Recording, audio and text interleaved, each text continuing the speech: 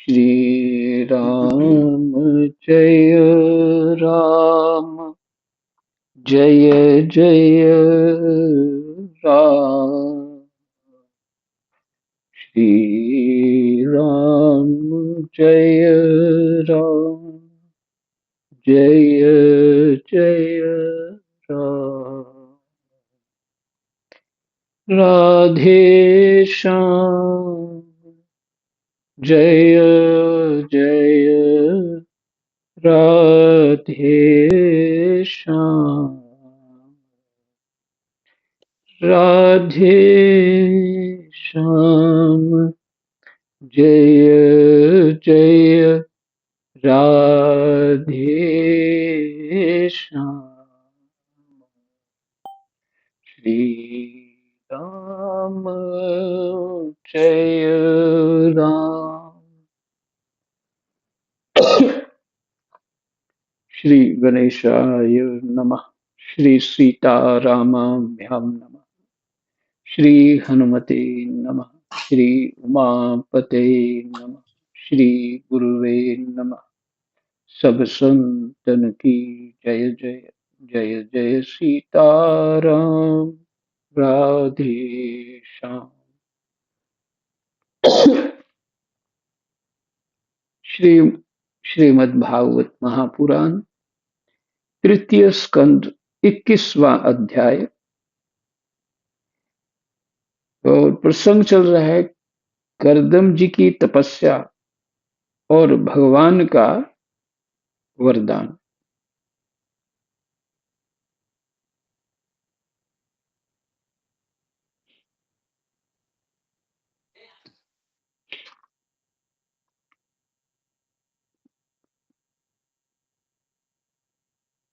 जय जय सीताराम राधे श्याम। करदम जी ने कहा, स्तुति करने योग्य परमेश्वर, आप संपूर्ण सत्व गुण के आधार हैं।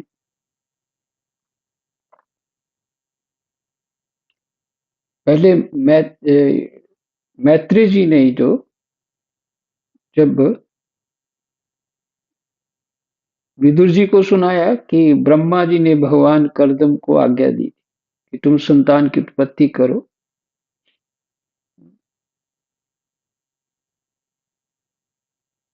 और जब करदम जी ने तप किया और फिर संतान उत्पत्ति के लिए और भगवान प्रकट हो गए। भगवान प्रकट होने के बाद उन्हें साष्टांग दंडवत किया उनको। तो भगवान की स्तुति करने लगे। वो भगवान की स्तुति करदम जी ने क्या करी, वो उसी का करदम जी भगवान को कैसा जानते हैं, स्तुति से पता लग जाए। भगवान कैसे हैं, ये स्तुतियों से ही पता लगता है। करदम जी ने कहा, स्तुति करने योग्य परमेश्वर, आप संपूर्ण सत्व गुण के आधार हैं। योगी जन उत्तरोत्तर शुभ योनियों में जन्म लेकर अंत में योगस्थ होने पर आपके दर्शनों की इच्छा करते हैं।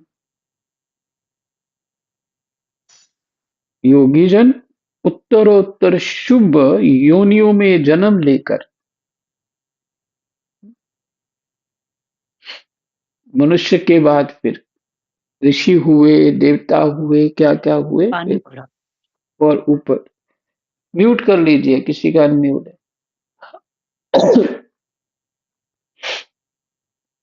तो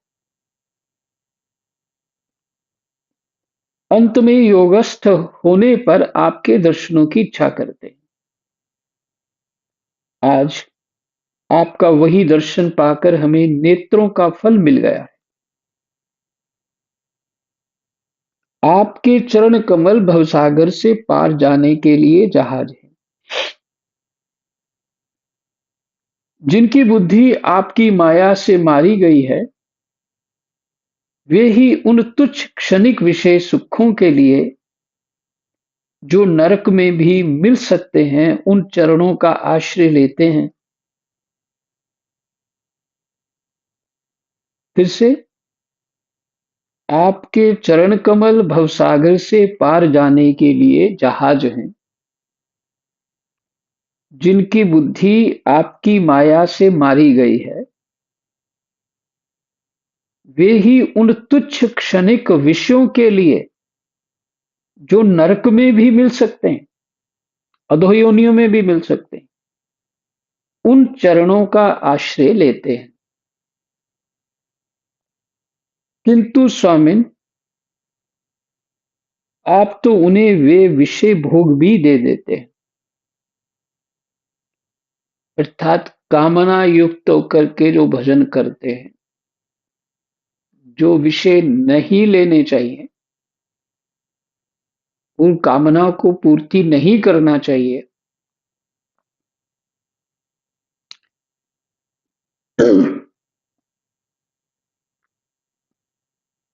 उन कामनाओं को पूर्ति नहीं करना चाहिए, उन कामनाओं को भी जिनकी मतलब हमारे जीवन में वो भरपूर वादा है, क्योंकि कामनाओं में आसक्ति है। आसक्ति तो और बढ़ गई, उसी को भोगा और फिर और बढ़ गई आसक्ति। तो तो कहते जिनको नहीं लेना चाहिए, फिर भी उनकी कामना है, तो भगवान आप उनको भी उनकी कामना पूर्ति कर देते, उनकी भी कामना पूर्ति कर देते।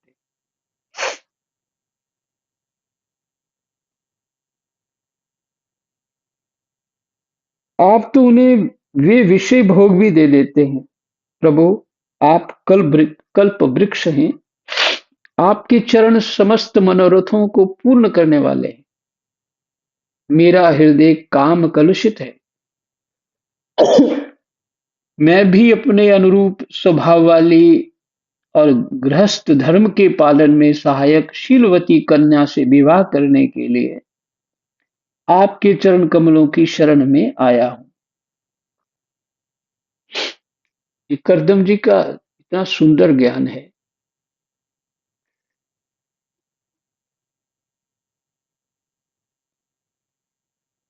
फिर से इसको पढ़ना चाहिए ताकि हृदय में बैठे, ठीक से समझ में आ जाए। स्तुति करने योग्य परमेश्वर, आप संपूर्ण सत्वगुण के आधार हैं। योगी जन उत्तरोत्तर शुभ योनियों में जन्म लेकर अंत में योगस्थ होने पर आपके दर्शनों की इच्छा करते हैं। ये इच्छा भी तो कामना ही है, पर ये उचित है। आज आपका वही दर्शन पाकर हमें नेत्रों का फल मिल गया कि मैं धन्य हो गया। आपके चरण कमल भवसागर से पार जाने के लिए जहाज हैं। ये वो करदम जी जानते हैं। कहते जिनकी बुद्धि आपकी माया से मारी गई, ये भी जानते हैं। जिनकी बुद्धि आपकी माया से मारी गई है, वे वे ही उन तुच्छ क्षणिक विश्व सुखों के लिए जो नरक में भी मिल सकते हैं, उन चरणों का आश्रय लेते हैं, वो भी आपका भजन करते हैं। किंतु स्वामिन, आप तो उन्हें वे विषय भोग भी दे देते हैं।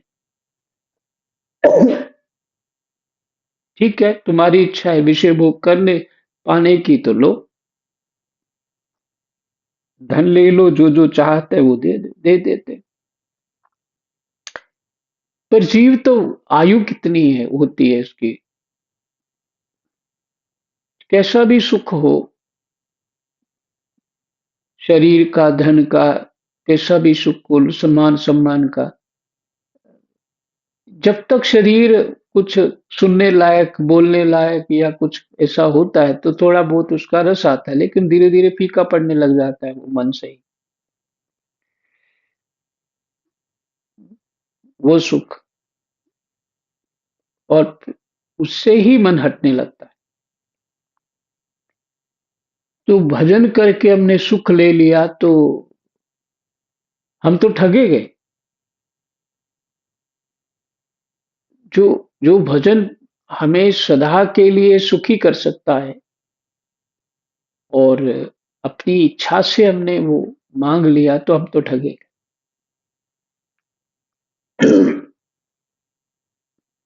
तो कहते हैं आपकी माया, जिनकी बुद्धि मारी गई है वही आपकी माया से मारी गई। ये बात सत्य है। बुद्धि आपकी माया से मारी गई, किंतु स्वामिन आप तो उन्हें भी विषय भोग भी दे देते हैं। प्रभु आप कल्प वृक्ष हैं, आपके चरण समस्त मनोरथों को पूर्ण करने वाले हैं। मेरा हृदय काम कलुषित है। क्यों नहीं होगा काम कलुषित? स्पष्ट कह रहे हैं कि ब्रह्मा जी की आज्ञा मिल गई। ब्रह्मा जी ने आदेश दिया है कि तुम संतान उत्पन्न करो।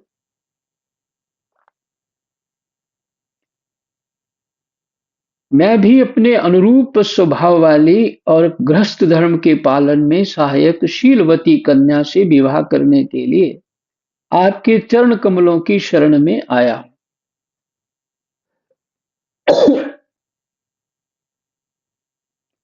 सर्वेश्वर, आप संपूर्ण लोकों के अधिपति हैं।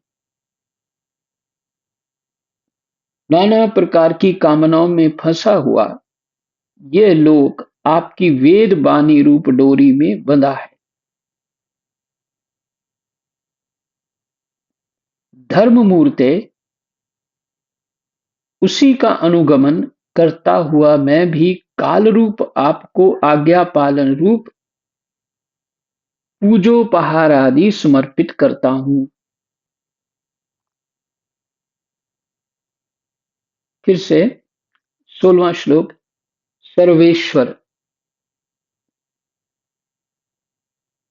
सर्व सबके ईश्वर, सर्वेश्वर, आप संपूर्ण लोकों के अधिपति हैं। नाना प्रकार की कामनाओं में फंसा हुआ ये लोक आपकी वेद वाणी रूप डोरी में बंधा है। धर्म मूर्ते उसी का अनुगमन करता हुआ मैं भी काल रूप आपको आज्ञा पालन रूप पूजोपहार आदि समर्पित करता हूँ। आज्ञा पालन रूप मैं भी काल रूप, आपने काल रूप भगवान को ही कहा, आपको मैं भी काल रूप आपको आज्ञा पालन रूप पूजोपहार आदि समर्पित करता हूँ। मैंने वेदवाणी की जो आज्ञा है उसका पालन करता हूँ। यही मेरा आज्ञा पालन पूजोपहार आदि। प्रभु आपके भक्त विश्वासक्त लोगों और उन्हीं के मार्ग का अनुसरण करने वाले मुझ जैसे कर्म जड़ पशुओं को कुछ भी ना गिनकर आपके चरणों की छत्र छाया का ही आश्रय लेते हैं कौन ये? ब्रह्मा जी के पुत्र कर्दम जी। और अपने को ज्ञान के कारण अपने को अपनी कमियों को देख रहे हैं ना, इसलिए तुच्छ अपने आप को मान रहे हैं।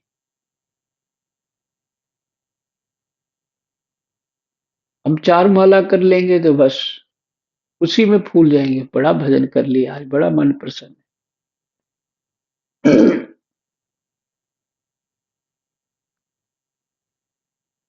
प्रभु आपके भक्त विश्वासक्त लोगों और उन्हीं के मार्ग का अनुसरण करने वाले, आपके भक्त विषयासक्त लोगों और विषय में जो आसक्त लोग हैं और उन्हीं के मार्ग का अनुसरण करने वाले मुझ जैसे विषयासक्तों का ही मैं ये अनुसरण कर रहा हूं, जैसे कर्म जड़ पशुओं को कुछ भी ना गिनकर आपके चरणों की छत्र छाया का ही आश्रय लेते हैं। कर्म जड़ पशुओं के, ये जो कर्मों में ही लगे रहना है ना, और कर्मों का भाव ही नहीं समझ में आता है, उनको इसे कर्मों में लगे रहना बस।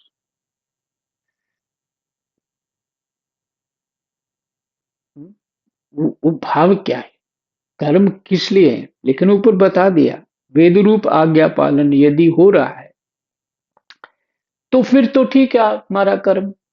तो फिर उस कर्म का फल ये है कि वैराग्य हो जाएगा संसार से, वो परमात्मा में मन लगेगा। अगर ऐसा नहीं हुआ तो फिर कर्म जो है वो विषयासक्त कर्म हो रहे हैं, जड़ कर्म जड़ बन गए हैं। कर्म जड़ का अर्थ है कि जड़, जड़ कहते हैं जड़ बुद्धि, इसी तरह वही शब्द कर्म जड़, कर्म ही करना पता है और कुछ नहीं पता।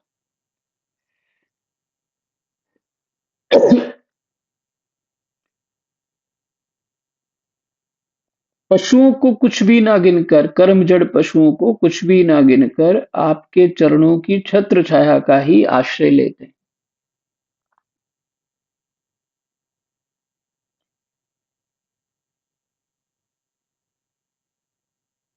कि हमारी जैसे कर्म जड़ पशुओं को कुछ भी ना गिनकर वो आपकी ही भक्ति करते हैं, ये भाव, तथा परस्पर आपके गुण गान रूप मादक सुधा का ही पान करके, तथा परस्पर आपस में, परस्पर मैंने आपस में आपके गुणगान रूप मादक सुधा का ही पान करके अपने क्षुधा पिपासादि देह धर्मों को शांत करते रहते हैं।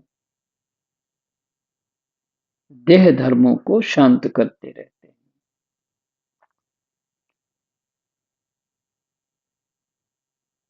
ये वही है, इकट्ठे होकर के भगवान का पाठ सुनना करना इत्यादि, भगवान संबंधी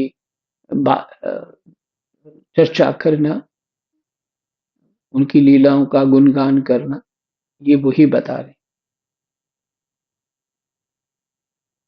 तो ये क्या क्षुधा पिपासा आदि देह धर्मों को शांत करते हैं। प्रभु ये काल चक्र बड़ा प्रबल है, साक्षात ब्रह्म ही इसके घूमने की धुरी है। अधिक मास सहित 13 महीने अरे हैं, 360 दिन जोड़ हैं, 6 ऋतुएं हाल हैं, माने नेमी है। नेमी मैंने हल होता है, इसे हाल लिखा है। नेमी जो जो बैल चलाते हैं तो वो हल जो होता है ना उसके आगे वो लगा रहता है लोहा नीचे, जो मिट्टी को उखाड़ देते हैं उसको नेमी कहते हैं।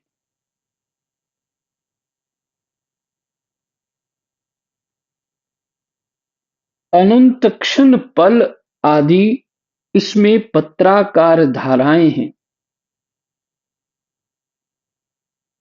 फिर से सुन लीजिए, प्रभु ये काल चक्र बड़ा प्रबल है, साक्षात ब्रह्म ही इसके घूमने की धुरी है। यानी जो सेंटर है वो ब्रह्म है। अधिक मास सहित 13 महीने अरे हैं, जो पहिए के भीतर जो लगाए होते हैं डंडे डंडे से वो अरे होते हैं।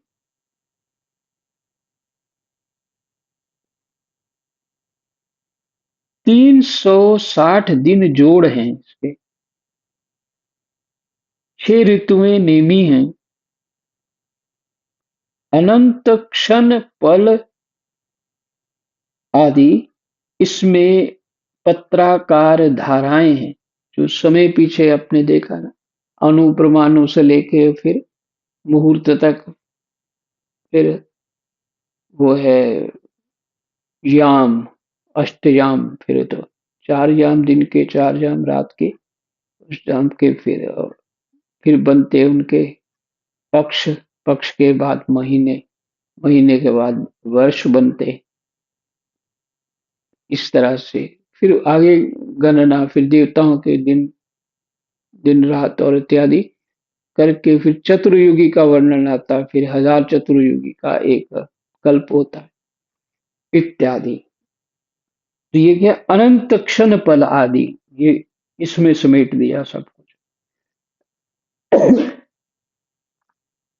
इसमें पत्राकार धाराएं हैं, ये सब पत्राकार धाराएं हैं, धाराएं हैं, तथा 3 चातुर्मास्य इसके आधारभूत नाभि हैं। ये अत्यंत वेगवान संवत्सर रूप काल चक्र चराचर जगत की आयु का छेदन करता हुआ घूमता रहता है।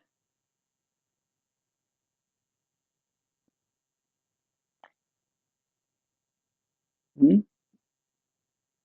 ये संवत्सर रूप काल चक्र, संवत्सर रूप क्या होता है? साल को हम संवत्सर ही बोलते हैं। तो पूछा जाता है अब कौन सा संवत्सर चल रहा है? मैंने हर साल में संवत्सर अलग अलग होते हैं। संवत्सर रूप कालचक्र चराचर जगत की आयु का छेदन करता हुआ, आयु को घटाता हुआ घूमता रहता है, किंतु आपके भक्तों की आयु का ह्रास नहीं कर सकता।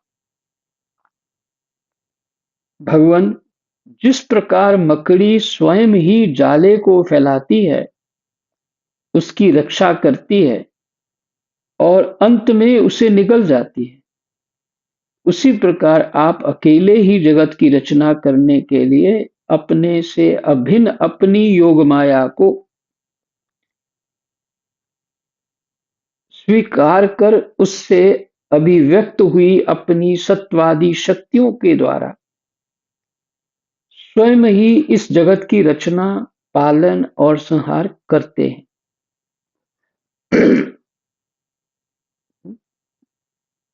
योग माया को, जो आपके से ही प्रकट होती है, सभी यही रचना, पालन और संहार करते हैं। प्रभु, इस समय आपने हमें अपनी तुलसी माला मंडित माया से परिच्छिन्न सी दिखाई देने वाली सगुण मूर्ति से दर्शन दिया है। फिर से सुने।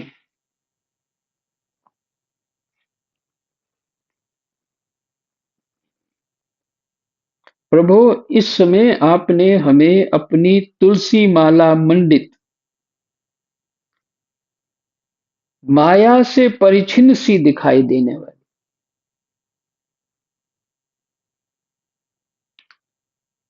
वाली सगुण मूर्ति से दर्शन दिया है। माया से परिच्छिन्न, अलग, परिच्छिन्न मैंने अलग, सगुण मूर्ति से दर्शन दिया है, क्योंकि ब्रह्म तो ऐसा है नहीं कि एक ही रूप में, बाकी वह नहीं। जो कुछ दिख रहा है, समझ आ रहा है, सब कुछ ब्रह्म ही है। ज्ञान दृष्टि से होने पे ही पता लगे कि सब कुछ ब्रह्म है, पर अज्ञान से सब माया है। वो कैसे? हम जो हमें हमें जो दिख रहा है वो तो जगत की वस्तुएं दिख रही हैं, परमात्मा नहीं दिख रहा ना। और जो ज्ञानी को सर्वत्र परमात्मा दिखता है, उसकी दृष्टि ही अलग होती है। इस भेद को जब समझ में आता है, यही भगवान की साधना के द्वारा समझ में आता है, भगवान ही कृपा करते हैं, तो ये समझ में आता है। तो उसके लिए फिर कुछ करना बाकी नहीं रहता। फिर अपने में भी वही देखता है, सब में भी वही देखता है, तब कोई समस्या ही नहीं। आप हम भक्तों को जो शब्दादि विशेष सुख प्रदान करते हैं, वे मायक होने के कारण यद्यपि आपको पसंद नहीं है, तथापि परिणाम में हमारा शुभ करने के लिए वे हमें प्राप्त हों। अब यहाँ शब्द आदि विषय, तुम्हारे इंद्रियों में ही तो विषय है। पहले शब्द को लिया गया, फिर आंख को भी लिया जाएगा, नाक को भी, कान को भी, स्पर्श को भी। 5 विषय तो है ही हमारे। तो कहते ये माइक होने के कारण यद्यपि आपको पसंद नहीं है, तथापि परिणाम में हमारा शुभ करने के लिए वे हमें प्राप्त हों।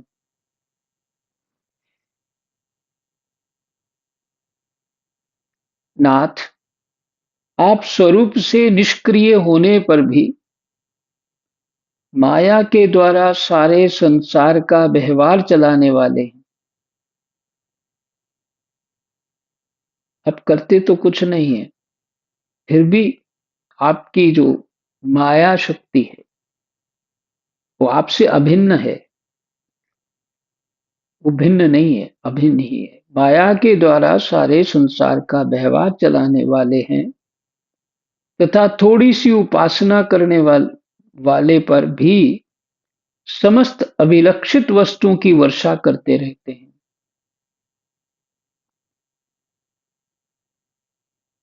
थोड़ी सी उपासना करने वाले पर भी समस्त अभिलक्षित, लक्षित माने चाह, अभिलाषा, अभिलाषित, अभिलषित वस्तुओं की वर्षा करते रहते हैं। आपके चरण कमल वंदनीय हैं। मैं आपको बार बार नमस्कार करता हूँ। यही विश्राम करते हैं 21 तक।